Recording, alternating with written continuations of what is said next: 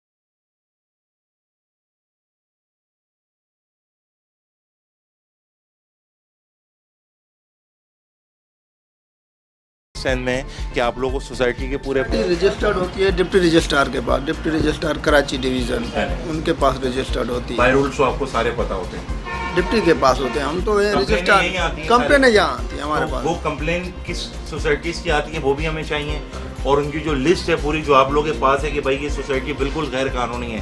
जो SBC का notice भी आता रहता है आए दिन कि फलाना ने हमसे NOC हासिल नहीं की और ये सेल परचेज का गैर कानूनी काम कर रहे हैं। सर वो मुझे लिस्ट भी प्लीज चाहिए होगी। जावेद साहब हमारे साथ हैं और he is a very cooperative person. मुझे पर्सनली इनसे बात करके बड़ा अच्छा लगा। ये सिर्फ मेरी नहीं, पूरे पाकिस्तान की आवाम की मदद करने को तैयार हैं और हमें बहुत जल्द वो लिस्ट प्रोवाइड करेंगे जो इनके पास पूरी कंप्लेन लॉग हुई हुई है, और जो जो गैर कानूनी इस काले धंधे में मुलव्वस हैं हम लोग उनको बेनकाब करेंगे। और जावेद साहब हमारे साथ हैं।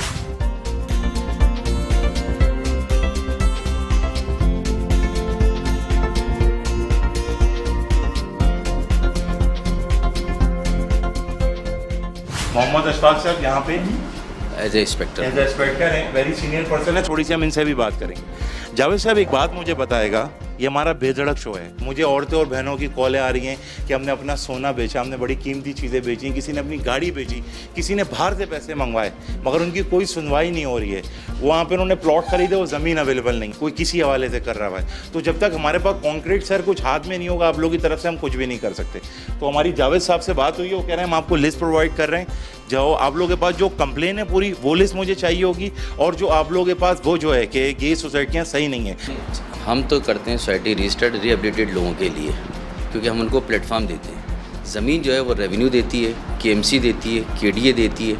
वो मेंबर जो है ना वहाँ उसको जो ना वेरीफाई नहीं करता, वो उनको पैसे देता रहता है। जब वो पानी सर से ऊपर चला जाता है, जब वो सब कुछ नहीं पता चलता, फिर वो हमारे पास आते हैं। आप देख रहे हैं पैसे वो कह रहे हैं देता रहता है, यहाँ पे सारा गेम है माल मसाले का। अच्छा, जब वो लुट पिट जाता है ना तो फिर वो आता है, तो फिर हम उसको जो रेफर एंटी करप्शन में करते हैं, NAB में करते हैं, और जहाँ भी वो हम उसको रेफ़र करते हैं। कि मतलब कोई भी आएगा अपनी सोसाइटी रजिस्टर कराएगा, आप लोग अच्छा जब सोसाइटी रजिस्टर होने के लिए आती है तो उसका क्या प्रोसीजर है? मतलब रेवेन्यू भी तो कोई देखता होगा, ज़मीन सही है नहीं है, पुराने खाते हैं, प्रोसेस है ना उनको। जब हम तो कहते हैं पहले वो आते हैं ज़मीन, मैंने कहा जब आप ज़मीन खरीदने से पहले रेवेन्यू को तो जाओ, पहले आप मेंबर हो सोसाइटी के, उसको पहले कंफर्म तो करो कि ये ज़मीन सही भी है नहीं है। वो नहीं जाते revenue। नहीं जाते ना, वो खुद ही अपनी बेवकूफ़ी ऐसे वो लुटते हैं।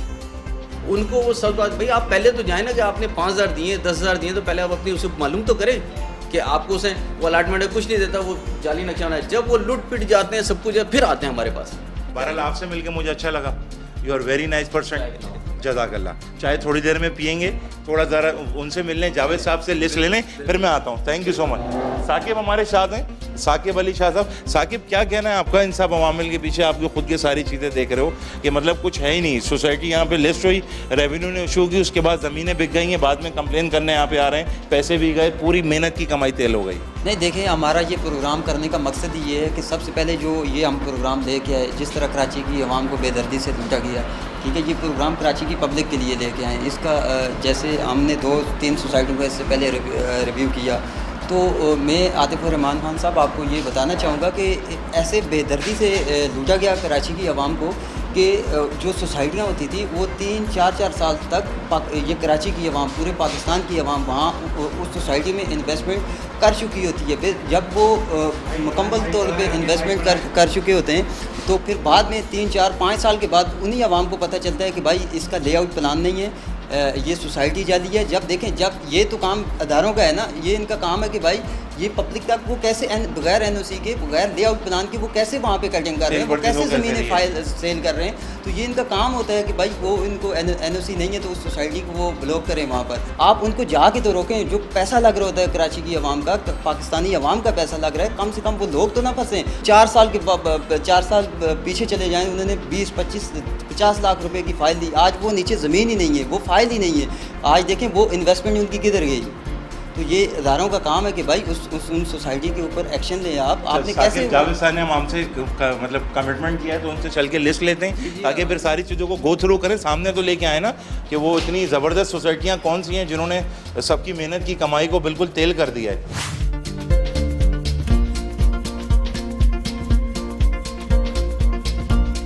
जितनी भी हमारे पास सोसाइटी कराची में रजिस्टर्ड है वो आपको दे रहे हैं प्रिंट निकाल के। ये तो रजिस्टर्ड जज़ाकल्लाह आप मुझे दे रहे हैं, थैंक यू सो मच। मैं कह रहा हूँ उसके अलावा हमें वो भी दे लेते हैं जो आपके पास कंप्लेन आ रही है, ये तो रजिस्टर्ड हो गई हैं।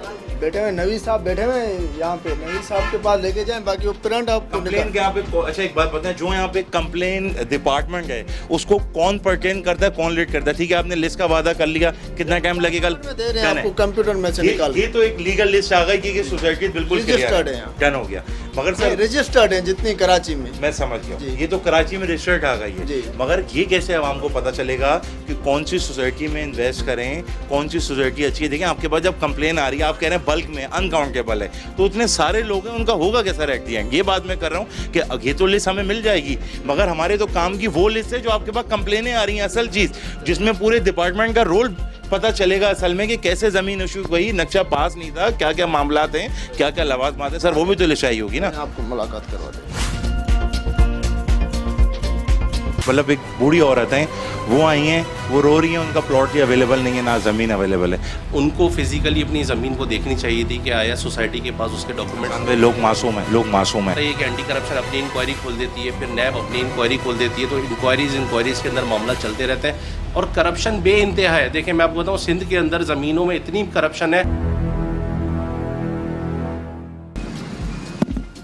तो हम पहुँच चुके हैं आरिफ प्रॉपर्टी में, यहाँ के हम रोए रवा हसान भाई से मिलेंगे और बात करेंगे कि क्या पोजीशन है जाली सोसाइटी का, जो लोग काम कर रहे हैं उसके वाले से डिस्कस करेंगे। तो चलते हैं हसान भाई के पास, आ जाइए। अस्सलाम वालेकुम हसान भाई। सर ये हसान भाई हैं, हमारे बहुत ही अच्छा काम करने वाले रियल एस्टेट की दुनिया में। अभी हम आपसे मिलके सोसाइटी के सारे बायलॉज भी बताएंगे, सारे मसले मसाइल भी डिस्कस करेंगे हसान भाई से। ये हसान भाई हैं, कैमरा इनकी तरफ है, आए हसान भाई बैठें। सर ये पाकिस्तान में हम पहली दफ़ा ऐसा प्रोग्राम लेके आए हैं, आपको पता है क्या क्या मसले मसाइल चल रहे हैं प्रॉपर्टी के। ज़मीन अवेलेबल नहीं है, रूहानी प्लॉट हैं, लोगों को सेल आउट कर दिए, पूरी अभी हमें अल्हम्दुलिल्लाह लिस्ट मिल गई है सोसाइटियों की सारी। मतलब 80 साल की मतलब एक बूढ़ी औरत हैं, वो आई हैं, वो रो रही हैं, उनका प्लॉट ही अवेलेबल नहीं है, ना ज़मीन अवेलेबल अवेलेबल है। हसन भाई थोड़ा सा, you are very intellectual person, बहुत आपको माशाल्लाह से नॉलेज है सोसाइटी के बायलॉज के हवाले से, तो थोड़ा सा आप हमें इस हवाले से बताएगा कि हसन भाई ये क्या हो रहा है। कोऑपरेटिव सोसाइटी के पॉइंट ऑफ व्यू से बताऊं आपको, बिल्कुल कोऑपरेटिव। नहीं, कोऑपरेटिव सोसाइटीज़ के पॉइंट ऑफ व्यू से कराची के अंदर प्रॉब्लम ये है कि जितने भी अपना इदारे हैं मौजूद पहले, उनके ऊपर बायलॉज तो बहुत ज़बरदस्त तरीके से बने हुए कि कोऑपरेटिव सोसाइटी बनती किस तरीके से, सोसाइटी बनाने के बाद उसके बायलॉज, उसकी मैनेजिंग कमेटी किस तरीके से काम करती है, उसके इदारे जो है वो किस तरीके से चेक एंड बैलेंस रखते हैं, लेकिन इम्प्लीमेंटेशन प्रैक्टिकली उस पर हो नहीं पा रहा होता क्या है कि सोसाइटी एक दफ़ा बन जाती है, रजिस्टर्ड हो जाती है, उसके बाद जो उनके फाउंडर मेंबर्स होते हैं वो अपने प्लॉट्स के शेयर्स वगैरह बेच के दूसरे लोग आ जाते हैं। दूसरे लोग आने के बाद होता ये है कि डिलीवरी तक जो है वो सोसाइटी 30, 35, 40 साल लगा देती है। जो मेंबर्स होते हैं वो छोड़ के चले जाते हैं, दूसरे लोग आते हैं, उनको भी डिलीवरी नहीं मिलती, फिर सोसाइटी एक वक्त में आगे करप्शन शुरू हो जाती है। अब करप्शन का बाज़ार इस वक्त कोऑपरेटिव सोसाइटी के पॉइंट ऑफ व्यू से अभी एक लिस्ट जारी हुई थी जिसके अंदर कई 100 सोसाइटीज़ हैं जिनके ऊपर इस वक्त इन्वेस्टिगेशन, उसमें कहते हैं कुछ ज़मीन है वो कहते हैं इदारे आपस में लड़ रहे हैं, KDA भी लड़ रहा है, कहता है हमारा कॉरिडोर है ये, कोऑपरेटिव वाले कहते हैं हमारी ज़मीन है, बोर्ड ऑफ रेवेन्यू वाले कहते हैं नहीं हमने ज़मीन तो किसी भी जगह को नहीं दी। ये आपस की जो इदारों की खिचड़ी है ना, कराची के अंदर 16 इदारे हैं जो ज़मीन देते हैं इस वक्त ना। अब वो 16 इदारे आपस में ही तय नहीं कर पा रहे कि उनकी ज्यूरिसडिक्शन क्या है, और एक इदारे जैसे अभी रिसेंटली गुलिस्तान जौहर ब्लॉक 10 का मामला चल रहा है यहाँ पे, उस 10 के अंदर क्या है कि वो ज़मीन 1973 में 2000 एकड़ ज़मीन बोर्ड ऑफ रेवेन्यू ने KDA को अलॉट की। KDA को अलॉट करने के बाद 30 एकड़ के ऊपर ये आ गया कि वो KDA डिफ़ॉल्टर कर गया। अब उसके ऊपर एक गोट आबाद बन गया।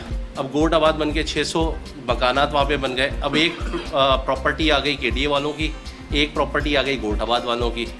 अब कब्ज़ा जिनके पास है वो गोट आबाद वाले कहते हैं हमने लीज़ करा लिया। अब जो KDA वाले हैं वो कहते हैं हमने थ्रू बैलेटिंग लिया है। अब ये इदारों की आपस की खिचड़ियों की वजह से और इदारों की करप्शन की वजह से जो मामलात हैं वो सरवाइव करने पड़ते हैं लोकल लोगों को।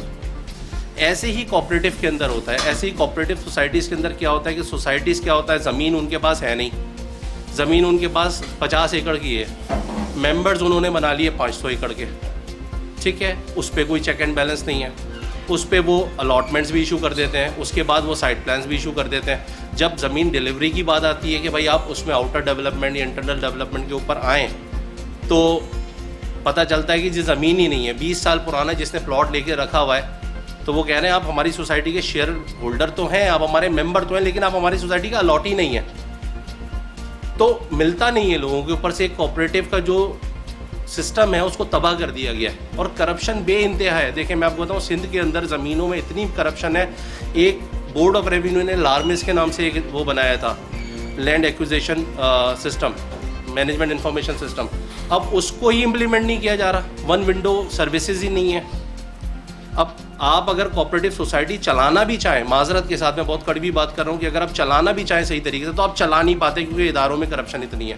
हसन भाई देखें, बात तो सब करते हैं इदारों में करप्शन है, ठीक है, अच्छा कोई कॉन्क्रीट बात नहीं है कि हम कोई ऐसा प्रूफ सामने नहीं है। देखें कोर्ट मांगती है एविडेंस। पहले तो मैं ये बता दूं कि सबसे पहले जिन लोगों ने प्लॉट लिया उनको फिजिकली अपनी ज़मीन को देखनी चाहिए थी कि आया सोसाइटी के पास उसके डॉक्यूमेंट। लोग मासूम हैं, लोग मासूम हैं। आपको मैं एक बात बताऊं, बी रियलिस्टिक।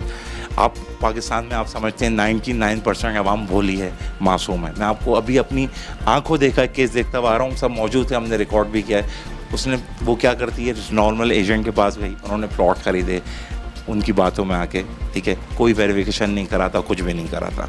जब मीडिया में बातें चलती हैं, हसन भाई, जब बातें अखबारों में आती हैं, फिर उनको पता चलता है। पहले किसी को आप खुद समझें, जितनी एक आप नॉलेज रखते हैं, मैं कहता हूँ जितनी हसन भाई नॉलेज रखते हैं, मैं बहुत सारे रेलकर को पर्सनली जानता हूँ, बाय लॉज के हवाले से, डॉक्यूमेंटेशन के हवाले से इतनी स्पेसिफिक नॉलेज बहुत ही कम लोगों के, जो हसन भाई बात है। जुल्म हो गया लोगों के साथ हसन भाई। मैं आपको वो बात कर रहा हूँ जो मेरे भी इदारों से हुई है। बी स्पेसिफिक हो गया कि बताएं क्या कि आवाम के साथ जुल्म नहीं हुआ। अगर देखें इस वक्त हाई कोर्ट के अंदर एक केस चल रहे हैं, ठीक है, कुछ सूट्स चले हुए हैं डिफरेंट सेक्टर्स के हिसाब से, ठीक है ना, कुछ इन्वेस्टिगेशंस भी चल रही हैं डिफरेंट इदारों में। पहले उनकी फाइनल रिपोर्ट लेने दें, आप आ जाती है तो उसके बाद पता चलेगा कि एक्चुअल क्या मामला है। और मेरा एक सवाल इस जगह पर यहाँ बनता है, अगर एक सोसाइटी बनी, ठीक है ना, स्पेसिफिक सोसाइटी बनी 2004 में, 2005 में, और वो 15 साल चलती रही और उसने करप्शन करते रहे, ठीक है ना, तो किस सोसाइटी की बात कर रहे हैं? सर मैं किसी भी सोसाइटी की बात कर रहा हूँ, अगर जो 15 साल से चलती रही, उसके चलने के अंदर सोसाइटी के लिए एक रूल है कि वो हर साल के सितंबर 30 तारीख को अपनी बैलेंस शीट जमा कराएगी। उसके बाद उनके पास सालाना ऑडिट होना चाहिए। प्लस उसके अलावा मैं आपको एक और बात बताऊँ, कौन कराएगा? ऑडिट सोसाइटी कराएगी, पास ये नॉलेज भी नहीं है। सर सुन लेना मेरी अर्ज सुन लें। देखिए मैं मैनेजिंग कमेटी का हिस्सा नहीं हूँ, मैं एक बेसिकली रियल, मैं सिर्फ उन सेक्टर्स पे काम करता हूँ कि जिन सेक्टर्स की सेल डीट मैंने अपनी आंखों से देखी हुई है सोसाइटी के पॉइंट ऑफ व्यू से, और यही मैं रिकमेंड करूंगा। देखिए बेसिक इंपॉर्टेंट है, किसी भी खाते की जाके सेल डीट करा देंगे, ये क्वाइट इनफ है। देखिए मैं आपको बोलूँ सेल डीट कर कौन रहा है, पहले तो ये भी समझ लेना, सेल डीट कर भी तो इदारा रहा है। पहले खुद बता दिया कि इदारे, आपने खुद अपने मुंह से बोला कि इदारे करप्शन कर रहे हैं, तो आप उस सेल डीट पे कैसे ट्रस्ट कर रहे हैं? सर मैं आपसे अर्ज ये कर रहा हूँ कि सेल डीट एक ऑथोराइज्ड डॉक्यूमेंट है। टोटल कितने प्लॉट थे और कितने रहेगा ये मुझे देखिए ये बताइए। सोसाइटी आपको एग्जैक्टली बताएगी, लेकिन जो नक्शे में उन्होंने शो किया हुआ है वो अप टू 679 प्लॉट्स हैं, और पहले तकरीबन 680 प्लॉट है। मेंबरशिप उन्होंने बहुत ज़्यादा की हुई है, जो कि गलत है। उनको मेंबरशिप दी थी, मेरे ख्याल है आइडियली 1200 1200 हाँ बिल्कुल ऐसे ही है। जुल्म हुआ नहीं हुआ? सर मैं बता रहा हूँ बिल्कुल हुआ, जुल्म हुआ है, लेकिन अब बात यह है कि अब सोसाइटी क्या आया उसके अगेंस्ट फर्दर ज़मीन ले सकती है, ज़मीन लेके लोगों को एडजस्ट कर सकती है या रिफंड कर सकती है। देखिए मैं आपको एक और बात बता दूं क्लियर, बाय लॉज के पॉइंट ऑफ व्यू से सोसाइटी मेंबरशिप तो बना सकती है, लेकिन मेंबरशिप बना के वो पाबंद होती है कि अपने मेंबर्स को जिन को अलॉटमेंट्स उन्होंने इशू कर दिया उनको फिजिकली वहाँ पे ज़मीन दे और उनको आबादकारी करे। यही कोऑपरेटिव का सिस्टम है। लेकिन देखिए अगर सोसाइटी चाहे वो कोई भी सोसाइटी हो, स्पेसिफिक स्कीम 33 की कोई भी ऐसी सोसाइटी जो ये काम करती है जो नहीं होना चाहिए तो वो गलत कर रही है, चाहे वो स्पेसिफिक आप किसी भी सोसाइटी। स्कीम 33 में तकरीबन 360 से ऊपर सोसाइटीज़ हैं, ठीक है ना।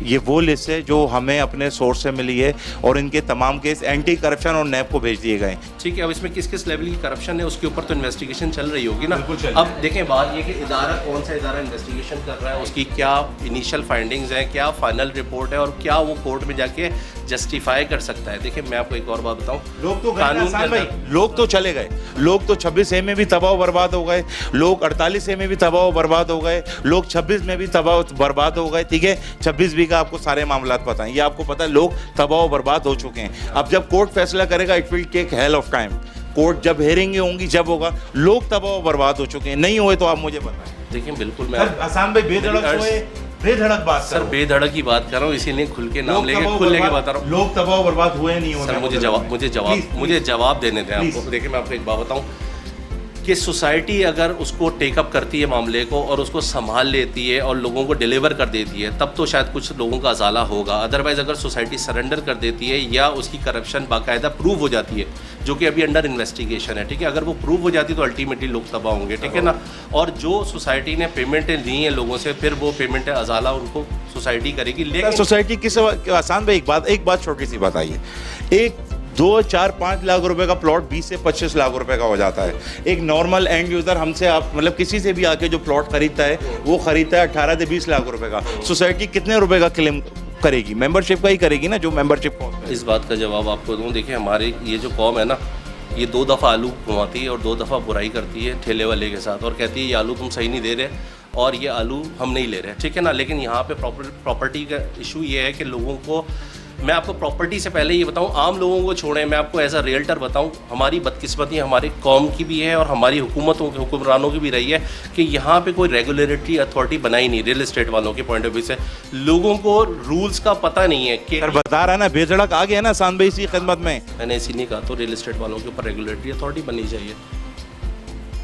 अभी तक सब बरियो ज़िम्मा है, जब अथॉरिटी बनेगी तब उनको जिम्मेदार ठहराएंगे, वो आपके हिसाब से बरियो ज़िम्मा है। जवाब दे दूँ, इदारे वो जिम्मेदार हैं जिनको चेक एंड बैलेंस रखना चाहिए, वो सोसाइटी जिम्मेदार है जिसने करप्शन की। मैं आपको इस बात का 4 दफ़ा जवाब दे चुका हूँ कि रेगुलेटरी अथॉरिटी बननी चाहिए, प्लस मैनेजिंग बॉडी जिम्मेदार है, मैनेजिंग सोसाइटी कोऑपरेटिव सोसाइटी जिम्मेदार है, रजिस्ट्रार कोऑपरेटिव जिम्मेदार है, अपना सिंध गवर्नमेंट जिम्मेदार है, वो तमाम इदारे एंटी करप्शन नैब उन्होंने पहले चेक एंड बैलेंस रखना चाहिए था। इतने साल अगर किसी भी सोसाइटी में करप्शन हुई होनी ही नहीं चाहिए। मिसाल देता हूँ, आप मुझे एक बात का जवाब दें, एक इदारे में आप KDA में प्लॉट लेके दे देते हैं किसी को, ठीक है ना, हमने भी उस लेवल तक काम किया जब तक उसके ऊपर कोई करप्शन के एलिगेशन नहीं थे, हमने वहाँ तक काम किया। जब एलिगेशन आए तो अभी इंक्वायरी इन्वेस्टिगेशन के स्टेज पे, जब वो क्लियर हो जाएगा हम उसके अगेंस्ट, आप जिस वक्त अगर वो उसके ऊपर इन्वेस्टिगेशन में आ जाता है कि वो करप्ट है, ख़त्म हो जाती है, तो फिर हम उसमें अल्टीमेटली काम नहीं करते हैं और हमने अभी भी काम रोका हुआ है। जब वो क्लियर हो जाएगी तो हम डेफिनेटली हर उस क्लियर सोसाइटी में काम करेंगे।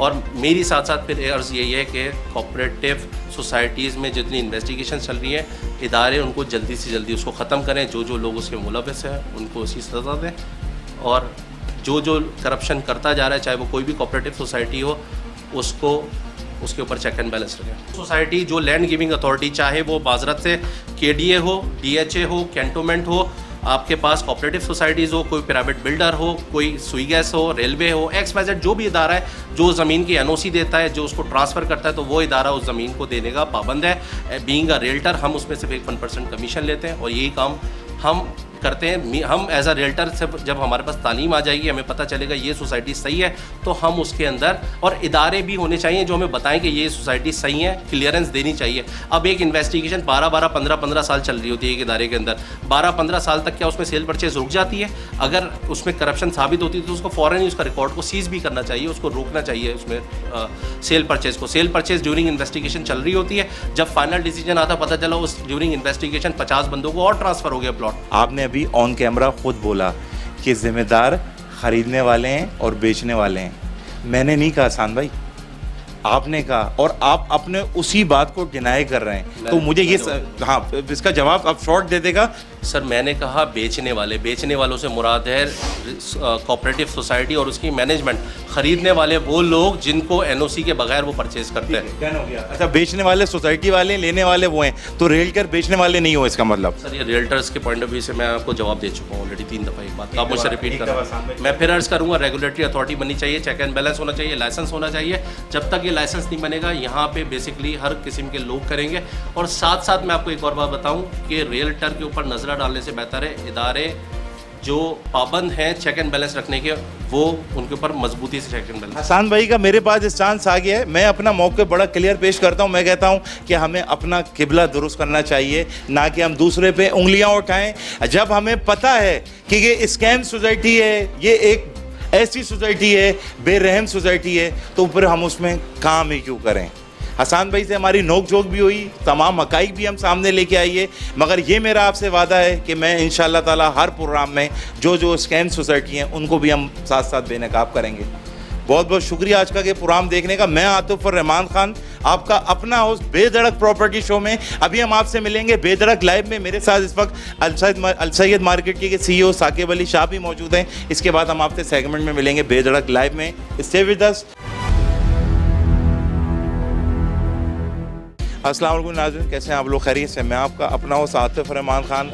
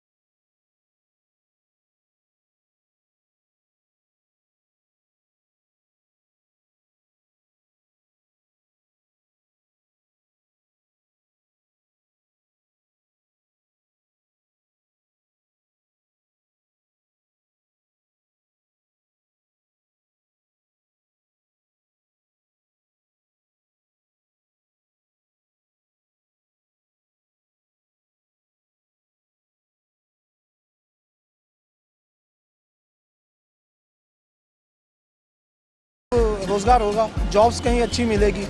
और बंदा ऐसा तो नहीं अब बैठा हुआ लेटा हुआ सो रहा है घर पे, रोज़ी खुद ब खुद आ जाए, निवाला खुद ब खुद आ जाएगा आपके मुंह में, ऐसा भी तो नहीं है। करनी पड़ेंगी, खुदकुशियाँ बहुत हो रही हैं, काले बिले मुँह, बहुत सारे केसेस सामने आ रहे हैं। इस हवाले से आप क्या कहेंगे? ये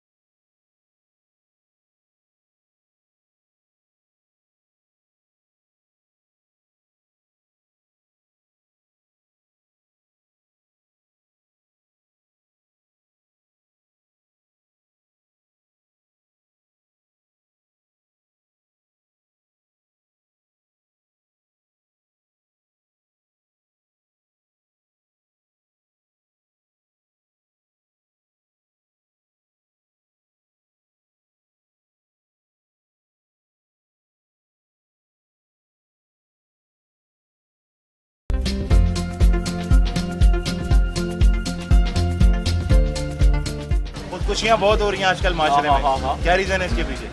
सर एक तो महंगाई, दूसरा आप लोग, दूसरा हम लोग क्या?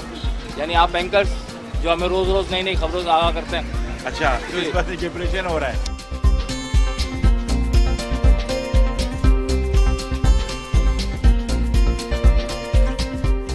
हमारा आज का टॉपिक ये है कि क्या वजह है खुदकुशियाँ क्यों हो रही हैं इतनी आजकल के दौर में? गुर्बत की वजह से और किस वजह से हो रही हैं? कारोबार नहीं है। सोमालिया में तो नहीं है इतनी हैं? सोमालिया में भी हैं क्या इतनी खुदकुशियाँ? गुर्बत वहाँ पे तो नहीं है कराची में। क्यों है? हम तो मुसलमान हैं ना, हमारा तो ईमान होना चाहिए, हराम है हमारे मज़हब में। ईमान इसलिए नहीं है क्योंकि भाई ये इमरान खान साहब जब से हैं माशाल्लाह, जब से रोज़गार बहुत बढ़ गया, आपने अच्छा। देखा है। ये देख रहे हैं बार बार मेरी सालगिरह, मेरी पूछ लो नाम क्या है? बेटी की सालगिरह क्या नाम है उनका? फातिमा। फातिमा, मेरी बेटी का नाम भी फातिमा है। फातिमा की सालगिरह आपको मेरी तरफ से, Saqib Ali Shah, metro one news, पूरी बेधड़क की टीम की तरफ से बहुत बहुत मुबारक हो। अल्लाह उसको ज़िंदगी दे, सेहत दे। Thank you. हैं? फैज़ान नाम है। फैज़ान, खुदकुशियाँ क्यों हो रही हो आजकल इतनी? ये नशा है, इसके पीछे क्या है थोड़ा सा बताओ। कारोबार है, कारोबार ही नहीं है। कारोबार नहीं है भाई। तुम्हारा है कोई कारोबार? तुम्हारा कोई बिजनेस है? आज का जो हमारा टॉपिक है खुदकुशी के हवाले से। खुदकुशी आजकल के दौर में बहुत बढ़ रही है, चाहे वो फीमेल हो चाहे वो मेल हो। इसके पीछे आप क्या रीज़न समझते हैं? खुदकुशी तो ज़्यादातर लोग डिप्रेशन की सूरत में करते हैं। डिप्रेशन, बिल्कुल आप सही कह रही हैं। और ये डिप्रेशन की एक ऐसी है कि जिसको मैं पूरे प्रोग्राम में बता नहीं सकता। डिप्रेशन हर सूरत हाल में हो सकता है। मिसाल के तौर पे महंगाई को लेकर अब देख लें, टमाटर 300 रुपये किलो है, लोगों को डिप्रेशन हो रहा है। डिप्रेशन के मारे लोग खुदकुशी कर रहे हैं, लोगों की बीवियाँ तंग कर रही हैं, कारोबार नहीं है। कारोबार नहीं है, बीवी सुन रहे हैं आप क्या कह रही हैं? लोगों की बीवी तंग कर रही हैं भाई, लोगों की कारोबार नहीं है। आज उधर आओ। हाँ भाई, क्या हाल है, कैसे हो, खैरियत से हो? गुब्बारे तो दिखाओ थोड़े थे। नाम क्या है आपका? मेरा जानी। क्या? जानी। जानी? क्या नाम है भाई इसका? जानी, बड़ा प्यारा नाम है। शादी हो गई जानी? ये बताओ। हाँ। तो भाभी क्या बोलती हैं? जानी बोलती हैं, क्या बोलती हैं? चला गया, शर्मा रहा है ये, पता नहीं क्या वजह है शर्माने की। चले आइए। हाँ भाई, छोड़ के इधर आओ, इधर आओ, इधर आओ, इधर आओ। कैसे हो, खैरियत से हो? क्या नाम है तुम्हारा? मुकेश। मुकेश। मुकेश, ये बताओ, लोग आजकल के दौर में खुदकुशियाँ कर रहे हैं, क्या वजह है इसकी? गलत है? सही है। सही है, करनी चाहिए। बड़ा छोटा सा बच्चा है, इसको समझ में नहीं आ रही। चलो मुकेश, खुश रहो, चिप्स सेल करते हो? चलो।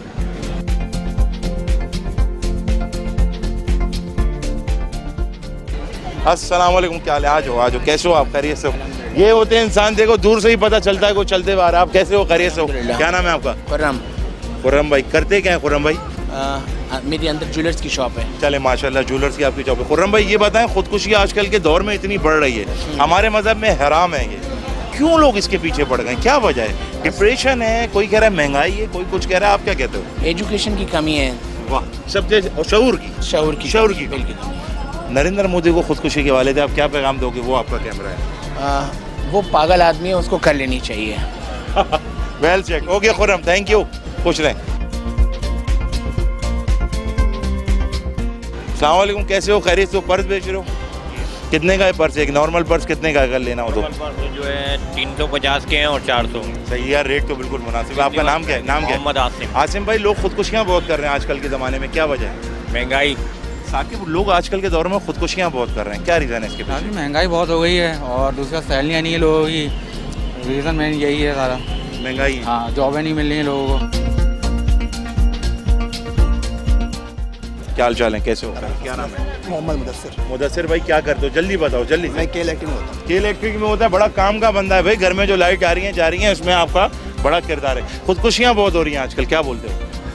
बेरोजगारी इतनी हो गई तो खुशकी तो बंदा करे। मतलब जिसके पास नौकरी नहीं है लटक जा रात को। नहीं, ये तो इंसानियत नहीं है, क्या बोल सकते हैं। अच्छा, नरेंद्र मोदी को आप क्या मैसेज देना चाहेंगे इसके वाले तो खुदकुशी के वाले? उसकी तो बात ही नहीं करें, मेरी बात करें तो क्या?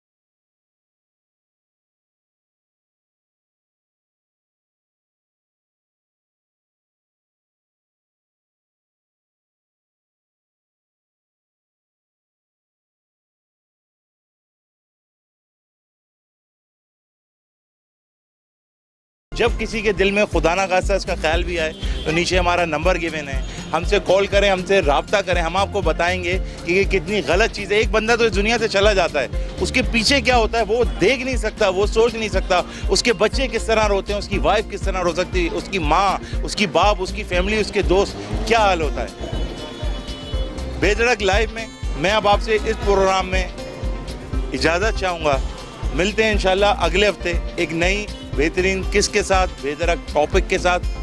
साकिब और आलम हमारे साथ रहें इस पूरे प्रोग्राम में, मैं इनका भी बड़ा शुक्रगुजार हूँ। ज़िंदगी रही तो आप लोग से जल्दी दोबारा एक बहुत अच्छे नोट पे और एक बहुत अच्छे टॉपिक के साथ मुलाकात होगी। अपना बहुत ख्याल रखिएगा। आतिफ और रहमान खान को इजाज़त दें। अल्लाह पाक आपको खुश रखे।